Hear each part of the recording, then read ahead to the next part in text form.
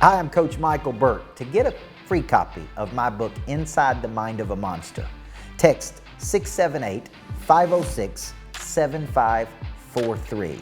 Text to get a copy of my book, Inside the Mind of a Monster, and I'm going to turn you into a legendary creature.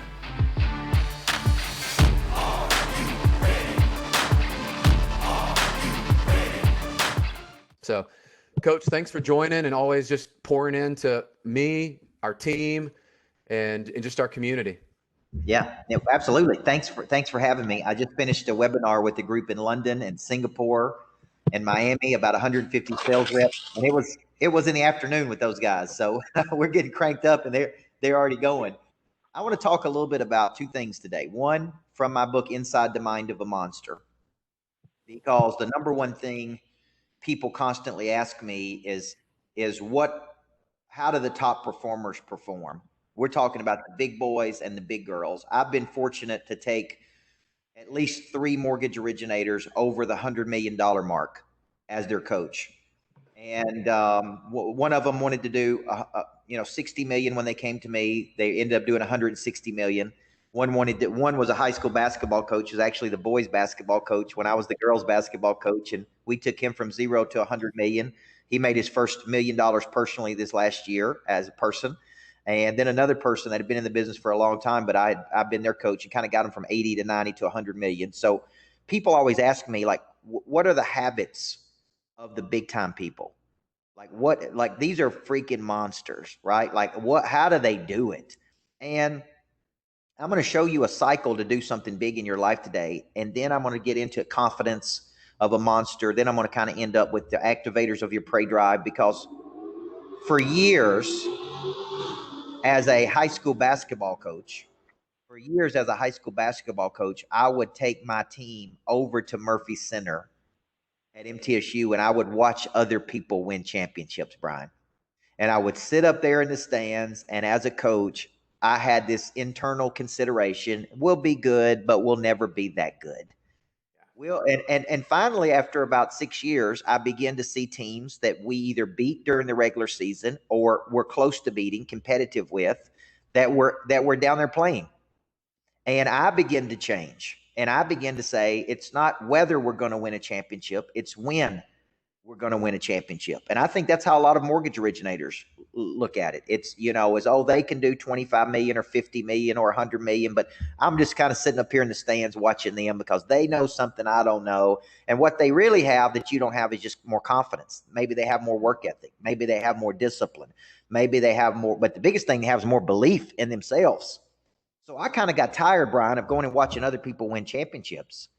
And I started saying, I'm sick of watching other people win, and I'm going to leave my amateur desires behind, and I'm going to quit being an amateur, and I'm going to become a professional, right? And I'm going to go pro. Stephen Pressfield wrote the book, Go Pro, Do the Work, The War of Art. And he talks about it going pro. Man, I was such an amateur my whole life. The way I approached my days, I was an amateur. The way I prepared for my weeks, I was an amateur. My mindsets were all amateur. And at some point, boom, you got to make a decision to go pro, folks. You got to make a decision to go pro. And so this cycle is a cycle that anybody that does something big, I want you to remember. First, they have a big revelation. And no matter what I teach, I always teach this: if you don't have a big revelation that it is maybe your duty, maybe your responsibility, maybe you're to help other people or be successful, if you don't have that revelation, you don't have conviction. Mortgage business is tough. There is so much competition. It is a commoditized world. You have to convince people that they should use you versus other people. A sale has to be made here. It's not just like right now, the refis are high. It's easy. It's easy to call a person, guys, and tell them they could save a couple $100, right? It's easy to call a person and say they could save a couple $100 on their refi and sell them something. That ain't selling. That does take initiative. But the real sale is when you convince a person to use you on all 4 to 7 homes that they're going to buy in their lifetime, right? And then you convince them to get 5.7 referrals out of them, because what you're really selling is conviction. That's what you're selling. You're not selling a mortgage product. A mortgage is a product pushed through an assembly line, popped out on the other end. It's an engineered product pushed out there to solve a problem. right? Like lots of people can sell mortgages. What you're selling is a conviction. And you're not going to have the conviction if you don't have revelation. You have to at your core believe that LoanDepot is the number one company in the world to deliver this product. Okay. I mean, I just got off a fire and brimstone meeting with my team after I did this thing for these folks in London. Man, I was so jacked up and excited. I said, look, I'm tired of selling you guys that I'm as good as these other people. I'm tired of selling you. If you don't believe that I'm as good as Cardone or Tony Robbins or whoever the case may be, then we ain't never going to get to their level. Like at some point, you got to sell yourself, right? The first sale you got to make is to your own self. So do you have this conviction, which is a deep-seated belief? And then it moves to, will you take the action? Will you take the action? So I always ask this question: what would both fascinate you and motivate you for the rest of your life? If you got up every single day, I'm fascinated by the activation of prey drive in people. I'm fascinated by how do I take a person from doing 10 million to 25 million. I'm fascinated and motivated by how do I get a team to a record level of production. See, you guys are looking at your region and you're having these crushing, you need to always be comparing yourself, not just versus your own company, versus the number one people in the world.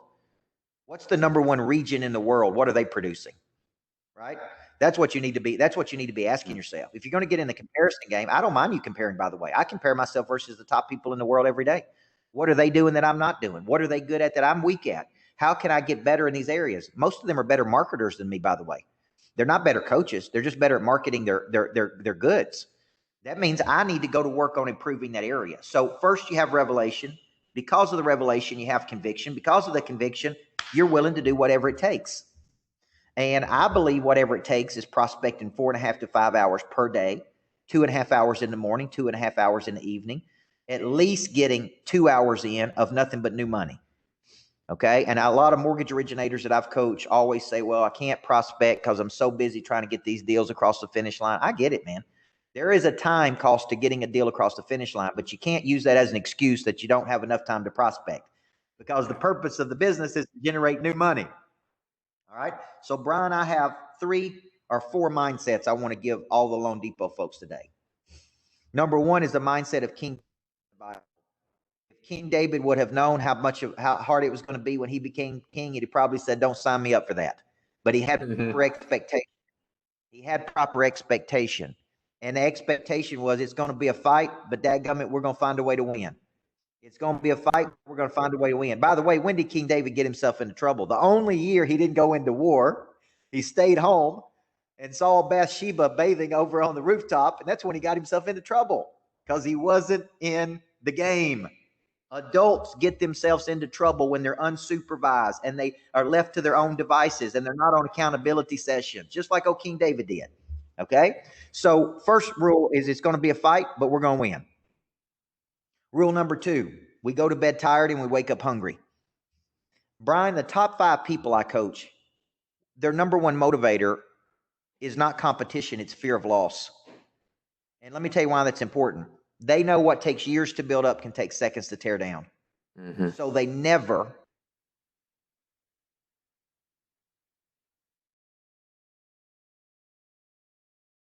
allow themselves to become complacent. How many mortgage originators in the world start making a good living, start making a couple $100,000 a year, and they convince themselves that that's enough money? How many of you have figured out during this pandemic that it ain't enough money? How many? Yeah. Right? Like, that's the truth. How many of you figured out that you need a lot more money? If you're running a business like me, I figured out real quick, we need a lot more money than this.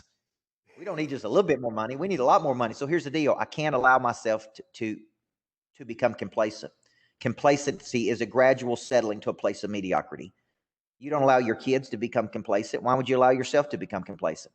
And that's in all parts of your nature: body, mind, heart, and spirit. We grow spiritually complacent. We grow mentally complacent. I mean, when I wrote the book, The Accountable Church, I wrote it because I went to church for 8 years and sat in the top row, didn't pay attention, was totally disengaged. Like the church at Sardis, I had a reputation of being alive, but I was dead. I was dead. And it finally took going to a Pentecostal Assembly of God church that woke me up one Sunday. They do it a little different. and it was it was one of the most raw experiences I'd ever had. I cried through the whole service, and I told my wife, this is exactly what I've been looking for. I needed to wake up. I had grown complacent. I was alive in my business, but dead in my spirituality. There's been times I've been alive mentally, but dead physically, which is why I've gotten so serious about my physical health. Now, so for you, King David had this mindset. So that's a mindset. It's going to be a fight, but we're going to win. Number 2 mindset is we go to bed tired and we wake up hungry.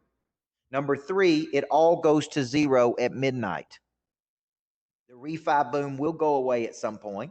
There will have to be new purchase. If you've been in this business and coaching mortgage originators like I have since 08, 09, you've seen it all, guys. Yeah. And I would tell you, I would be making sales calls today and follow-ups with my customers as if there was no refi. There comes a time when winter asks you to all spring and summer. It all goes to zero at midnight. Success don't care what you did yesterday. That's one of my favorite things. Success is not something you own, it's something you rent. It's due every single day, guys and girls. It's due every single day. So to me, they were asking me questions on that webinar, like, where are you going to be 5 years from today, 10 years from today? I don't know. I don't know what I'll be doing 10 years from today. So what I do is focus on my long-term wealth. That's the concept of your wealth can't wait. How do you build wealth? You get in there and you have a primary skill. You sell at a high frequency. You produce enough cash that you have excess cash that you then reinvest. You can focus on that every day, no matter what you're selling. Yeah. Okay. So, and you guys are in an industry right now, I'm telling you, to have record months, to have the biggest month you ever, listen, you ought to be stockpiling that cash away like you can't imagine, guys. That's what you ought to be doing right now. Okay. Now let's move that to what I call competitive intelligence, because Brian was a soccer player. Brian, did you have a good coach when you were playing soccer, or a mediocre coach? Or I had several fantastic coaches. Yeah. Incredible. Now, those coaches were building something. Very few people, they talk about IQ, intellect quotient. They talk about PQ, physical quotient, SQ, spiritual quotient, EQ, emotional quotient. I've coined a term called competitive intelligence, CQ, competitive quotient. The way you build a competitive quotient, the way you gain a slight advantage over other mortgage originators, is you go to work on the whole person. You are operating at a high frequency physically, because if your physical wealth is not in line, then here's what happens. You don't have the energy. You don't have the vim and vigor. You don't have the vitality to make the calls. I was coaching a woman once, 55 years old. She came to me because she wanted to write a best-selling book, Christian author. And because I'd written so many books, she came to me and said, how do I do it? And I said, here's what you got to do. You got to be on X number of podcasts. You got to go out and speak. You got to have interviews. You got to go all over the world. You got to do these things. She said, Coach, I don't have the energy to do it. And I wrote down on a piece of paper, I never want to be in such poor physical health that at 55 years old, I can't pursue my goals. Yeah. See, your jobs are tired. You go all day. You may not eat properly. You're missing meals. You're tired at the end of the day. You go home and stockpile at night. You get up the next day. You're running on sugar and energy. Listen, to do big things in the world, you got to have energy. That's physical. You got to feed the body. Okay, the top mortgage originators have got to feed the body. I know mortgage originators don't sleep. People ask me, is sleep important? You better believe sleep's important. If you don't think world-class athletes rest as much as they practice, you've lost your mind.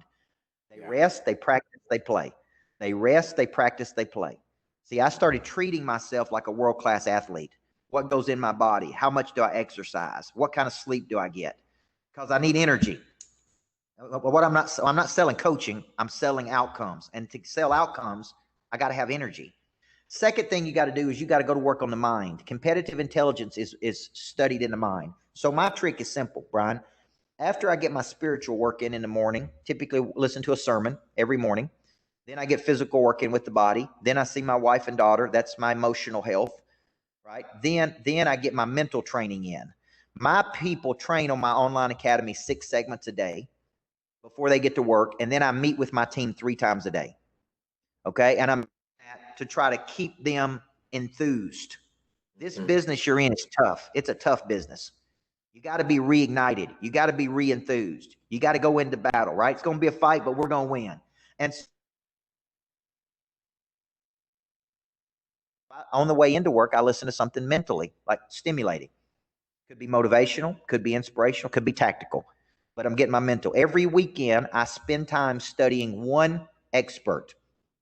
So this weekend, I studied Robert Greene, 48 Laws of Power, Mastery, Laws of Human Nature. And I dig in 12 to 15 interviews, read their books. When I come in on Monday, I got new content. I got new ideas because I took the weekend. And I don't do this like I'm just sitting there neglecting my family. What I do is when I'm doing it, guys, I come in and you know, I'm reading a book. When I'm riding my bike, I'm listening to something. You know, I'm spending time with my family, but I'm doing the whole thing. Okay. Now, what we're building in you is we're building a competitive intelligence. We're building a competitive intelligence in you. Okay. And if you really want a competitive intelligence, you got to go to work on all four parts of your nature. Okay. Every single day, all four parts of your nature. Okay. Now, I call that the whole person theory. Now, let's get into confidence. Let's get into confidence. Because of what I have found is what takes years to build up can take seconds to tear down. Confidence is the one thing that affects everything. Okay, when I was 25 years old, I was a head coach at Riverdale High School. I was in a relationship with a person I thought I was going to marry. I borrowed $5,000 on a credit card to buy an engagement ring.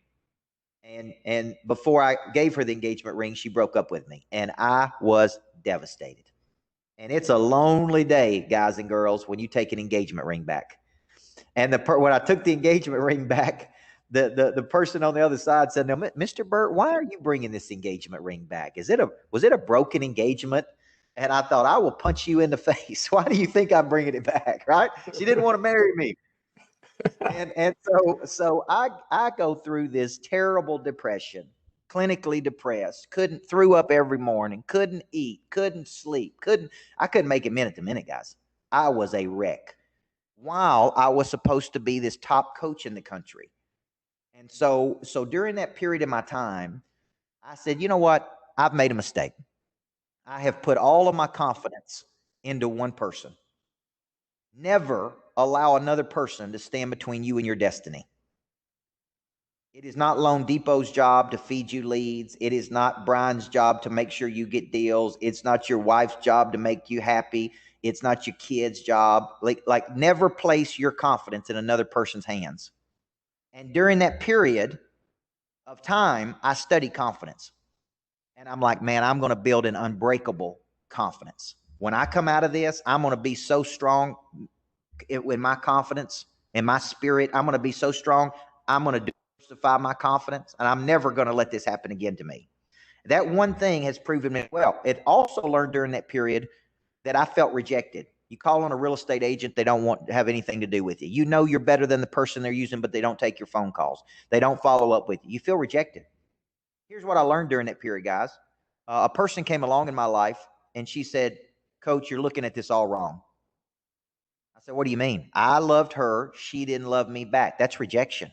Like, what do you mean I'm looking at it wrong? And this person said to me, "No, there is no such thing as rejection. Just because she doesn't want what you have to offer does not mean that there won't be lots of other people who do." Isn't that good? Because from that point forward, I have never had fear about calling a person on planet Earth to ask them for business. Because there is no such thing as rejection. If you don't want me to be your coach, it's okay. You're not rejecting me. You may want somebody else, but there's lots of people who will want me. And so during this period of my life, I'm studying confidence, and I really come to a couple conclusions. Number one, confidence is the memory of success. Anytime you're not feeling confident, I want you to go back to a time in your life that you were very successful. If you ever study neuro-linguistic programming, NLP, they talk about anchoring, and you're anchoring back to a point in your life. So I have two moments in my life that anytime I'm having a bad day, I go back to. One, standing in the middle of the floor winning a state championship. 10,000 screaming fans. Me go high-fiving all the people in the things. One of the greatest moments of my life. The second one was speaking at 10X to 10,000 people at Mandalay Bay, right beside Ed Milet and Grant Cardone and Damon John and Ty Lopez. I have those pictures framed in my offices. And here's the deal. When I get low on confidence, I remember, no, you're a successful person. You know how to win. You know how to be successful. Confidence is the memory of success. Confidence is also an internal knowing that you can create what you see in your mind. How many of you have ever gotten to the top? Brian, I'm sure you've experienced this because you've been on these stages and on these podcasts, and you've been around some of the top mortgage originators in the world. Here's what I figured out when I got around the top people in the world. They weren't a bit better than I was. Here's what's interesting. They had the same insecurities I had. They had the same, right? Yeah. They would give it, like you would be shocked at some of the best speakers and coaches in the world. I've been backstage with them, and they come off stage, and the first thing they ask me is, Coach, how do you think I did? You think I was any good? Like, do you think I hit it? And I'm thinking, Yes. you're supposedly the best dude in the world, and you're calling me, asking me how you did. They're insecure just like you are. Like when I speak on these big stages. So, Brian, the reason I'm saying this to your LOs is because when you don't perform at a high level, you think somebody else has something you don't have. And that is 100% not true. Maybe they got more confidence than you do. That's it right there. Yeah, sometimes we think we don't have this, we don't have that. We're missing something. That's why they're winning and we're not winning, or why we can't go from 10 million to 20 million or 20 to 40 million. And you're right. Usually when we break it down, there's a gap in their confidence there. And I loved your piece. I've used that before. Those successful times in our life, I call them anchors. They anchor you back to who you know you are and get you back to center. That's right. So when you think about this concept of confidence, it is really the distribution of your talents to the world and the world rewarding you. Think of an athlete. If you haven't been watching The Last Dance, the documentary on Michael Jordan and Scottie Pippen and the Bulls, man, it's a fascinating documentary, but there's so many business lessons in there. How did people have to perform when they were around Jordan? How did he make people play up? Look at the power dynamics between Krause and Pippen and all these. These are real life dynamics that are happening, and that was the best team in the world, guys. So my point to you is, when you're thinking about these things, I want you to think about athletes, artists, and entertainers. When you pay money, and I can't see everybody, I can see Jason Bailey on here, but I can't see everybody. And when you think about how many of you have paid good money to go watch somebody perform, right, at a concert, or you paid money to watch an athlete, right? Here's what I would tell you, Lee. Guess what you're doing? You're paying to watch them work. They're working. Yep. Now here's what I want to challenge you with. How good of an LO would you have to be for people to say, I would pay to come watch you work? Right? Like you're so good. I would pay $5,000 just to come spend the day with you and learn under you and look at your habit. Like if Robert Greene, who wrote 48 Laws of Power and Mastery, if he said, look, it's $10,000, you can come hang out with me for 2 days, watch how I write a book, watch how I research, I would say, I'm in. If I could learn under you, a guy as good as you, I'm in. I'd pay the $10,000 just to watch him work. That's what we do for athletes. That's what we do for artists. That's what we do for entertainers. I mean, I paid, when the Rolling Stones came to Nashville, the average ticket price was $500 to $750 a seat. People were paying that much money to watch them perform. Why? I guarantee they didn't get up on stage and go, boy, I don't know how I'm scared to sing this song in front of all you folks. Like, man, I'm not confident. Like I hadn't practiced. See, confidence is the memory success. See, the most successful LOs have the most confidence. They have confidence coming out of their ears, confidence that they can get deals done, confidence that they can prospect, confidence that they can follow up, confidence that they find a way. They are distributing their talent to the world, and the world's going, dang, you're good. Because you're good, I'm going to bring you some more. So confidence is the distribution of talent. Now, how do we build confidence? This is a question I get all the time. You build it through repetition. Okay, I used to make them girl basketball players shoot 500 shots a day after practice. On average, Shane Huffman, I'd spend 5.5 hours a day with my players when I was a basketball coach. And we go through pre-practice meetings, individual meetings, then we go through team practice, then we have weight room, then they have strength conditioning work, then they do individual workouts afterward. Then everybody had to shoot 500 shots. And do you know how long it takes to shoot 500 shots? Like 2 hours. And here's the concept. You shoot 500 shots a day, every day, 2,500 shots a week. You know, it becomes so automatic to you. When you're open, the only thing you know to do is shoot it. And you have so much confidence in yourself that it becomes, listen to this term, muscle memory. See, I think when you get in the heat of the battle as a mortgage originator, you ain't got time to think. Thinking is actually a liability. Right? When Robert Kiyosaki wrote the book Rich Dad, Poor Dad, he was in Hawaii. Oprah Winfrey called him and said, "We want you to be on the Oprah show." He said, "When?" "So I have time to plan." She said, "Tomorrow." He had to get on a plane right then, fly from Hawaii. Here's what he said: "I'm going to be in front of millions of people. I didn't have time to practice." You either know what you're talking about or you don't when you get in the game. Right? Now, so confidence comes from muscle memory. Here's something that companies don't do. Zach Jones, how you doing today? Here's here's something that business people don't do. Practice enough. When's the last time you practiced your explanation of services? When's the last time you practiced overcoming objection? When's the last time you practiced how to ask for referral? We don't practice enough, we don't role play enough, and we don't test people enough. Okay? We don't practice, we don't test, and we don't role play. Those are world-class athletes. The military doesn't give a person a machine gun and say, "Hey, watch a video and go to war." They practice every day. World-class athletes practice every day. World-class salespeople practice every day. There's not enough practice. There's not enough role play. We don't role play enough in my company. I teach people things. Sometimes they retain them. Sometimes they don't. We got to practice more. Give me your explanation of services right now.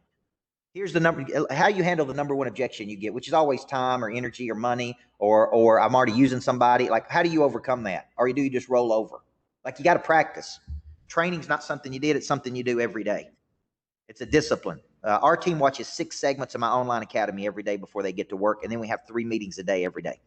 And I'm trying to pour into them, right? Second thing, preparation. How much time do you spend on Sunday preparing for your week? Or Saturday or Friday afternoon? By 7 p.m. on Sunday night, every person in my company has to turn into me their hit list. Those are new money calls they're making this week. Their farm club, who they're trying to close this week. Their top 25, which are their 25 greatest relationships. And they have to give me a new tactic or strategy they're going to use to close new business. Every person in the company, even my assistant, has to give me what she's going to do this week to stay ahead of the game, to hit our goals. Because if we don't hit our goals, then nobody wins. So at first, when I did this, Brian, people pushed back. They said, "No, Coach, we know you spend 2 hours or 4 hours on Sunday planning. We know you create a lot. Why do we have to do that?" Right. And I ask a simple question. Do you want to be an amateur or you want to be a professional? Because professionals go pro, man. Professionals build confidence through preparation. They don't roll into Monday going, "Well, who am I going to call this week? Where am I going to generate leads from?" Like, who like it's already pre-planned. Who am I calling? What are my call times? How long am I going to be working new money? When am I going to be servicing customers? When am I going to be trying to get referrals? Like, it's preparation builds confidence. Now, second thing, then we'll get into a few more things, then we'll take some questions. Because I find the real learning happens when you take good questions. How do you maintain your confidence? Do you know there's 2 types of people I've seen during this pandemic, Brian? And this has to do with early conditioning. And when I say conditioning, I was raised by a single mother who taught me to be tough. We don't whine, we don't complain, we don't make excuses. We find a way to win. That's how I was raised. If you were not raised in a tough environment like that, when you meet adversity, we have a pandemic, we have this. Now you're left to your own devices. Now you can work from home. Now you don't have a structure. Then you don't have the muscle to fight through. So what I've seen a lot of people do is they've literally just contracted. Meaning, let's just wait till this is over. Let's hope it all works out. I mean, a lot of Americans, this has been the saddest thing I've seen is, man, they just threw in the towel. Do you know we had businesses right here? I live in Murfreesboro and then I have a place in Nashville. And we have businesses right down the street from me that within less than 2 days of announcing this, closed their doors for good. Now, you tell me what kind of fight that is. Less than 2 days, they just quit. Just like it's over. Send the employees home. Business is done. We're never going to make it through it. That was a mindset of defeat. They didn't have that King David mindset. It's going to be a fight, but dadgummit, we're going to find a way to win. Then you see other restaurants delivering in subdivisions, taking online orders, trying to figure out a way to win. Food trucks.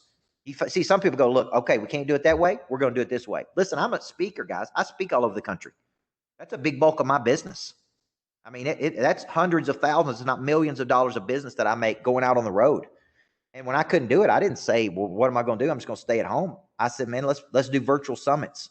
Let's get on webinars. Let's help the teams we coach. Okay. So how do I maintain confidence? Through proper expectation, routine, and diversifying my confidence. If you got a financial advisor, they probably told you at some point that you need to diversify your portfolio. Well, I want to tell you, you need to diversify your confidence. And I coached a CEO once of about a $40 million company, independently owned. He sold that company for $66 million. And I asked him, how did he protect his confidence? And his answer was incredible. He said, well, I diversified. I have 8 to 12 different buckets that feeds my confidence. Body, mind, heart, spirit, vocation, relationships. And I thought it was one of the best things I ever heard. See, the way you protect your confidence, what if I leave this morning and my 7-year-old's mad at me, or my wife's mad at me, and all my confidence is tied up in them? Then I'm terrible at work. What if I go to work and I have a bad day, and then I come home and all my confidence is tied up in my work, and I go home? And now I take it out on my wife and on my 7-year-old because I had a bad day at work. See, I'm feeding. My confidence is hungry. It needs to be fed. It needs to be fed. Body, mind. By 7 a.m. in the morning, I've already fed my body because I've exercised. I've fed my mind because I've done mental training. I've fed my heart because I've spent time with my family. And I fed my spirit because I got my spiritual time in. By 7 a.m. in the morning, I already won. Then I go to work with a bunch of energy, upbeat, see the positive. Okay? So that's how I maintain, stay in a routine. Routines protect confidence. Feeding all parts of your nature protects confidence. Diversifying your confidence protects confidence. So let's close with this on Pray Drive. I'm writing a book right now. This is book number 17. And I'm writing a book, and I'm fascinated by how to activate the drive in another person. The title of the book is going to be called Flip the Switch. And it's about a mortgage. It's not about a mortgage guy, but it's a mortgage guy that's doing 20 million that something flips, and he's doing 40 million, 60 million, 100 million. And what happens to this guy, I'm just using this as an example. It's not really about a mortgage guy, okay? It's just about a guy that flips the switch, or a girl that flips the switch. And the way you flip the switch is you find your primary driver. What I have found by coaching a lot of people for 28 years is that most people have not activated their Pray Drive, Preydrive. It is a primal instinct in you to see something and go get it, to remove a hesitation, to go for the kill, right? In the South, I'm assuming most of these people are in the South, right, Brian? We are what I call sweet tea and apple pie. We're real sweet, and we sales flirt. And I coach investment bankers in New Jersey for a year, and so I went to Newark, New Jersey every month, and these are these big bankers. And first thing they said to me is, Coach, you got to toughen up, man. You're in Jersey. We ain't sweet tea and apple pie. We go for the kill. We ain't got time to talk about it. We do it. They move faster. And so I came back to Tennessee, and I'm like, you know what? They're right. I don't have to go extreme because that doesn't work in Tennessee. But I need to tighten up, and I need to get stronger. I need to activate my drive at a higher frequency. And so Pray Drive is instinctual ability to see it and go get it. There's activation of it. There's a persistence to it. There's an intensity to it.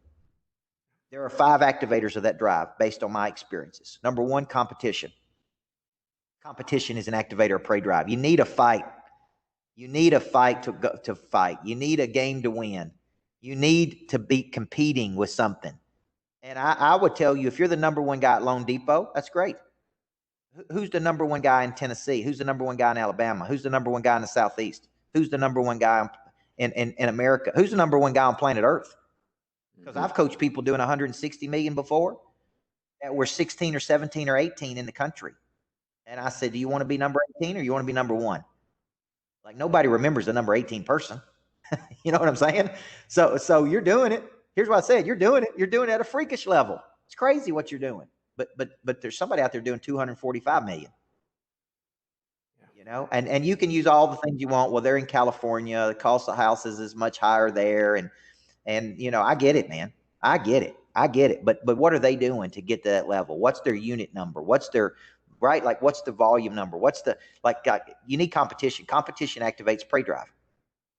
So I don't know how many people you have on here, Brian, but I would post everybody's results every week. And I wouldn't say a word about it. I would say, look, where are you? And are you happy with where you are? That's all I would say. And one bank I coached, there were 43 banks, 38 cities, 48 branches. And every week I posted who was number 1, who was number 48. And here's what's funny. I wouldn't say a word. I would just say, how's it feel? Hey, how's it feel to be number 48? And 48 would quickly move to 30. Right? They didn't want to be number 48 out of 48 people. It's embarrassing, because embarrassment is an activator of prey drive.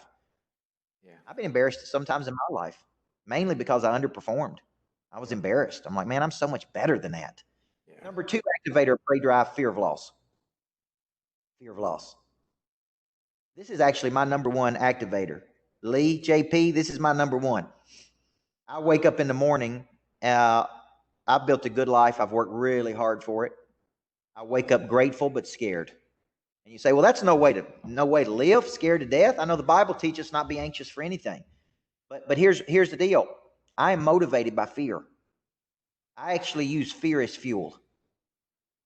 Okay. Now Brian has flown with me on a couple years ago. I got this jet, and he flew with me one day over to Memphis, and he got to see me do 4 different events. And if we'd have drove over there, it would cost us 8 hours to drive. We'd have done 4 events. We'd had to stay 2 days in Memphis. It'd have been miserable. Yeah. I wake up in the morning going, Lord, I'm thankful. I've worked hard to be able to do that. I don't want to lose that. But to not lose it, because it's real expensive, is I got to make sales calls. I got to close deals. I got to push. The fear of loss actually motivates me to work harder. Okay, and I think that's okay. I would tell you the top 5 producers I coach wake up afraid of losing what they have. They got good lives, man. They built an incredible life for themselves. Number 3 activator of prey drive. This is something you guys are really good at, is environment. I believe the environment either forces a person to play up or play down, or allows them to play down. I told my team this morning, I'm tired of selling you guys. Y'all need to be selling each other. For the love of God, y'all need to be gassing each other up. Y'all need to be challenging each other. I'm tired of being the one that's trying to push you and challenge you every day, right? Like, man up, woman up, like push each other. You guys don't need Brian to push you every day and get you excited every day and pump you up every day. You guys ought to be doing it for each other. Let Brian come in and teach you tactic, strategy. Let Brian come in and show you how to market yourself better. Let Brian, don't rely on all your motivation to come from somebody else. Like, get in there. Like, great teams, my best teams that I coached held each other accountable. Like, they policed each other. They challenged. Look how Jordan challenges those players.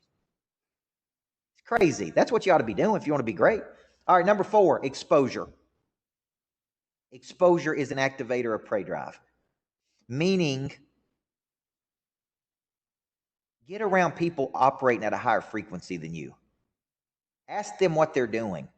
I've been doing a deal over the last couple of days. I hope I get closed today that could be worth millions and millions and millions of dollars. And I call very experienced people and say, how should I structure this deal?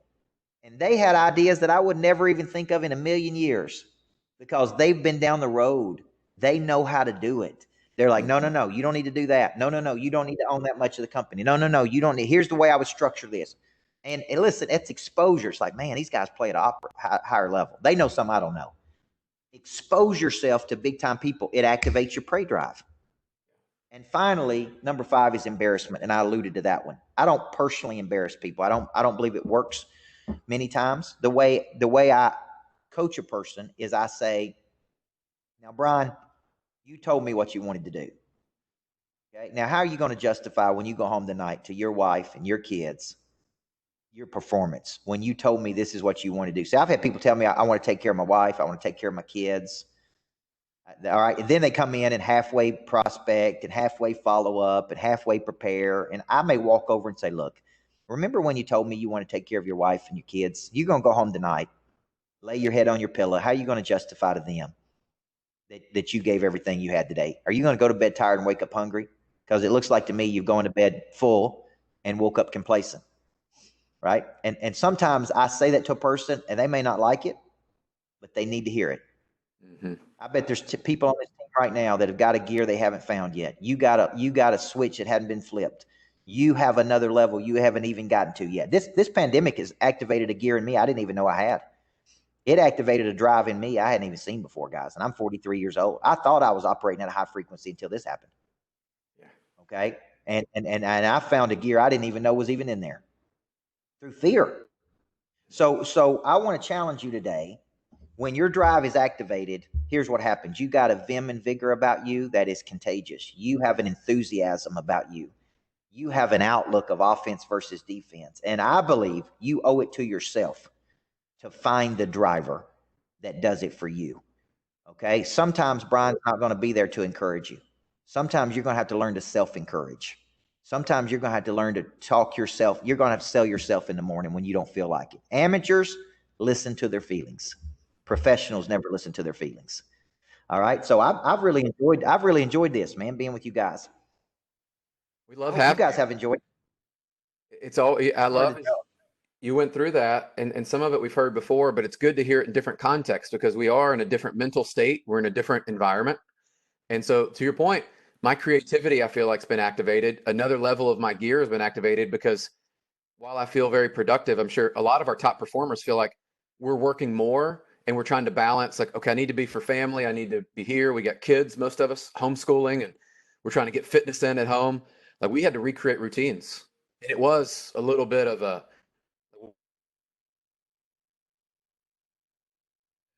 well, I think they've done well and they're pushing each other. And what I would hope that when you challenge them is the volume you're doing today, if you could find the book, regardless of circumstances of low rates, you could create that volume if you prospected and had the confidence in yourself that that's who you are and that's the value you bring to the market, not just because the market was good.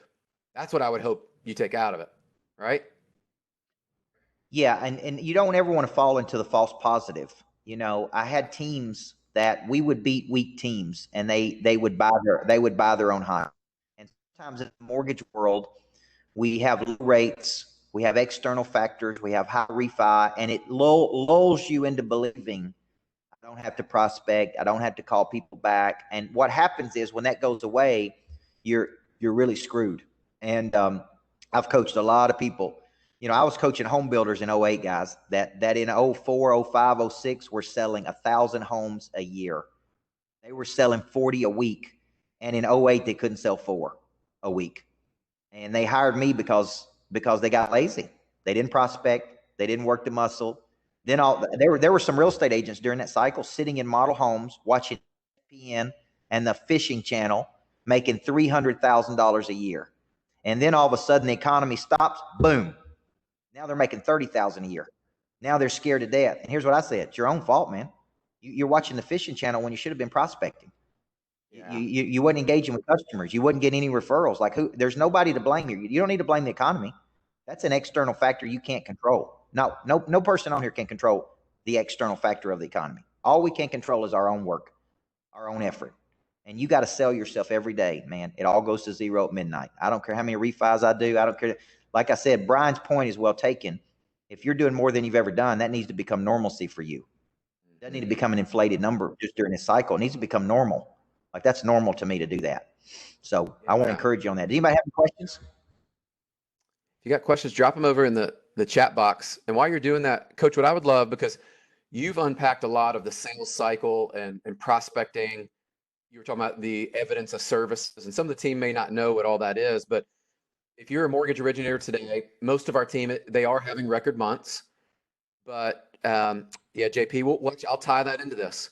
How can they work at getting better? And JP mentioned role play, which I think is great. We have some leaders on here. What would be a way they could start? Because it's going to be weird, right? Let's call it what it is. We did that when I was at Wells Fargo. We did role playing all the time, right? And the student became the teacher then became, facilitator.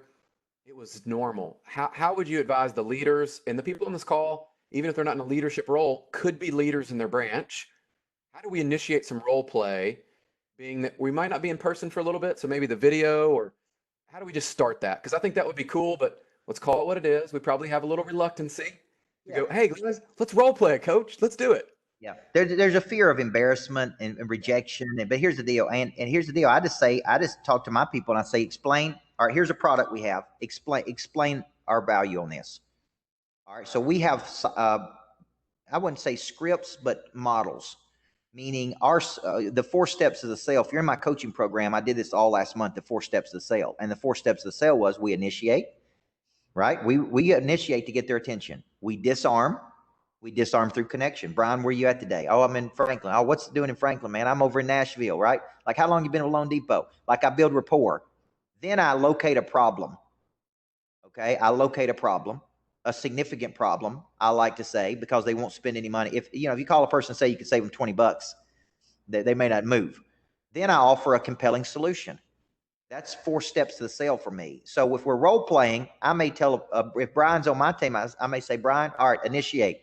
How are you going to get me on the phone today? Well, I'm going to call you. I'm going to voice text you. I'm going to send a video. I'm going to send one of our hype videos. Okay. Then I'm going to send you something and say, hey, watch this. I'll call you back later today. Like, how are you going to get me on the phone? And then they walk through. These are the tactics I'm going to use to get you on the phone. Okay. Now you're on the phone with me. Let's role play on how you're going to connect with me. What questions what are you going to say to me to connect with Coach Burt? And we actually use disc profiling. I got certified in the disc, and we actually sell to you the way you want to be sold to. Once I understand your personality profile, and I typically do, like if a person says, look, I got 2 minutes. I'm real busy. I got 2 minutes. It's typically a high D personality, which means they don't want small talk. They want solutions. If I was selling to them, I'd say, look, man, I could save you 120 to 200 on your mortgage if we refinance you right now, but we got to move quick. So is it something you want to do? Yes or no? That's how you sell to a high D. You don't fluff. You don't talk about kids and weather. You give them, hey, here's how I'm going to save you money. Are you interested? If it's a high C personality, they want more data. So they want to talk a little bit more. How's your kids? They want a personal assurance. I'm doing this for other people. They've been very satisfied with it. I'll send you some testimonial videos. They need more data. So once I get into how you connect, I'm like, how are you going to connect with a high D? How are you going to connect to a high C? How are you going to connect to a high I who just wants to socialize on the phone? Then I go through, what's the problem? How are you going to find out what my problem is? So we ask questions, and we have a structure, Brian. Do you feel like you're losing money in activation of prey drive, how you explain your services, how you work a selling system or generate leads, how you follow up, or how you're becoming a person of interest? And Brian will go, oh, man, I'm losing money in my follow-up. Okay, here's what I'm going to do. I'm going to send you Coach Burt's $1 Million Follow-Up book. I want you to read this, then we'll follow back up with you. And then I push them to something in the future. And so we role play that. And if they're not selling, I'll say, like the other day, here's a prime example. Our salespeople were asking people right out of the gate, Brian, are you interested in being coached by Coach Burt? And they were saying, no, I'm never. Versus I said, look, don't ask them that first. Explain our services, find a problem, show them how Coach Burt would solve the problem, educate them, and then say, hey, would you be open to come in and sit in on one of Coach Burt's sessions?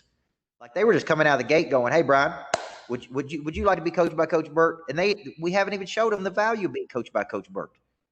Okay, so we hadn't embedded. We haven't given social proof. We haven't, like if you notice during my talk with you guys today, I gave you social proof. I've taken 3 people over $100 million in the mortgage space. Okay, I've been hired nine straight years by one mortgage company. Now, why would a mortgage company hire you 9 straight years if you wasn't making the money? So I embed that into my talk with you so you know I'm not a bozo. I know what I'm doing. Okay, that's called embedding. So we practice these things. How would you show social proof? Okay, here's my objection. Timing's not right. What would you say to that? Okay, then we have 5 steps of overcoming objection. So that's how we role play, Brian. It's not awkward. It's like here's let's go through what's working and what's not working for you. I love it. I love it. So what I'll put out there, since we're short on time, is if anybody's interested and you want to role play, get with me. If you can't find somebody or your branch manager, we'll set something up for those of you that want to lean in and do this. We did this a lot, and we still do it a lot in recruiting. And so for some of you guys, you know that side of it. We've done it with leads and overcoming objections. There's no reason we shouldn't be doing this now for how do we engage with top real estate agents and how do we engage in our community to continue to generate referrals at the level you're generating today. They are out there, and I believe we're going to be the ones to go after them, but we want you to be armed and ready for it. So when you go to battle, you're going to win, right? Here's the number one thing I would be role playing. The number one objection I see in mortgage origination is I've already got my person. From real estate agents, I've already got a person I feel good about. And so many mortgage originators say, I don't mind being number two. I don't mind being a backup date to the prom. Like, I would never say that, right? You're supplicating. Oh, okay. Hey, you know what? If they screw up, come to me. I would practice that one over and over and over. And here's what I would say.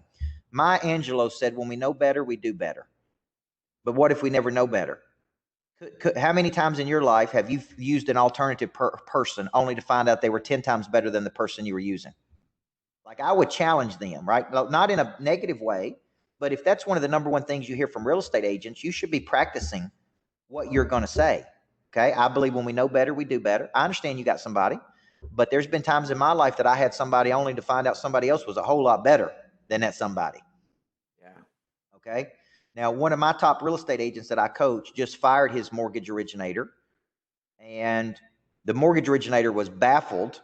And I asked, why did you fire them? Here's what he said. Their speed was terrible. They didn't respond. Anytime, like when we needed something, they didn't respond fast. It took days to get a response from them. This was a top person doing over 100 million a year.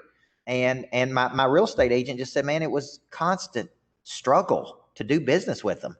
And there's only so much grace a person's going to give you when you don't get back to them and you don't follow up and you're not accessible. And you use the excuse, well, I'm doing 100 million. Like, what do you expect? You expect me to call you right back? Of course I do. Because I don't care about your 100 million. I care about the deal I'm doing. So speed, 67% of people in mortgage and real estate use the very first person that contacts them. They don't use the best one, the most experienced one. They use the first one. Speed is so critical in your industry. So if somebody contacted me, I would say, I'm in a call. I'll call you right back. Okay. I'm on a Zoom. I'll get right back to you. Okay. Speed is critical in this game. A lot of people don't understand, and they don't place a value on that. And that's a big mistake in your world. I love that. Okay. So what we're going to have to do, we're going to have you back, and we're going to go through some of those objectives. I think we could unpack that in a series. And so everybody that's on here, what I'm going to ask from you is I need your one objection or your one area that you want us to kind of bounce some role play. We're going to create something for this group. Okay. So I think that would be fun. Coach, you've knocked it out of the park. This has been awesome. Thank you for always just investing in us and making us better. I know you mentioned it earlier. I might have some days all 5 of those 5 you mentioned. I feel like. Yeah. And so if you're feeling that right now, guys, what I want to do is, the goal of the call was to activate your prey drive, to understand how to build your confidence. And Coach went through a lot more than that. So we got extra. We're recording this. I would encourage you to go back and listen to those parts that you're probably like me. I made notes and figure out where you can move the dial this week and get better so that this is your normal production levels. I don't think anybody wants to go back. If you're doing 2 million or 4 million, you don't want to go back to doing 1 million. Okay. And so we want to keep you there and actually see if we can help you even grow. That's the fun of this, right? Yeah, that's good. Well, thank you guys. If you want anything from me, email me at coach@coachburt.com. You want to talk, if you want to do strategy session or anything that you want, just email me at coach@coachburt.com, and we'll talk about anything you want to talk about. Perfect. And we're going to include Coach Burt's information. Those of you that are coaching with him, you're following the Tuesday, Thursday rhythms. We've got a lot of stuff going on. We have got some information we'll share with you that we've got something negotiated with Coach Burt on individual coaching there. So I want to make sure you guys know, if you're interested, we'll get you the info. Okay. Coach, crushed it as always. Thank you, guys. I appreciate you. Have a great day. Hi, I'm Coach Micheal Burt, and the number one book that I've written over the last couple of years that could help you during these unusual times is a book I wrote called Inside the Mind of a Monster. Now, I want to give you that book. All you have to do is text 678-506-7543. Because when you text that in, I'm going to give you a copy of my book, Inside the Mind of a Monster. And it's going to show you the habits and mindsets of top producers and how they attack every single day versus play defense. Don't you want to play offense? Get this book. I'm giving it to you. And I'm telling you, I'm going to turn you into a legendary creature.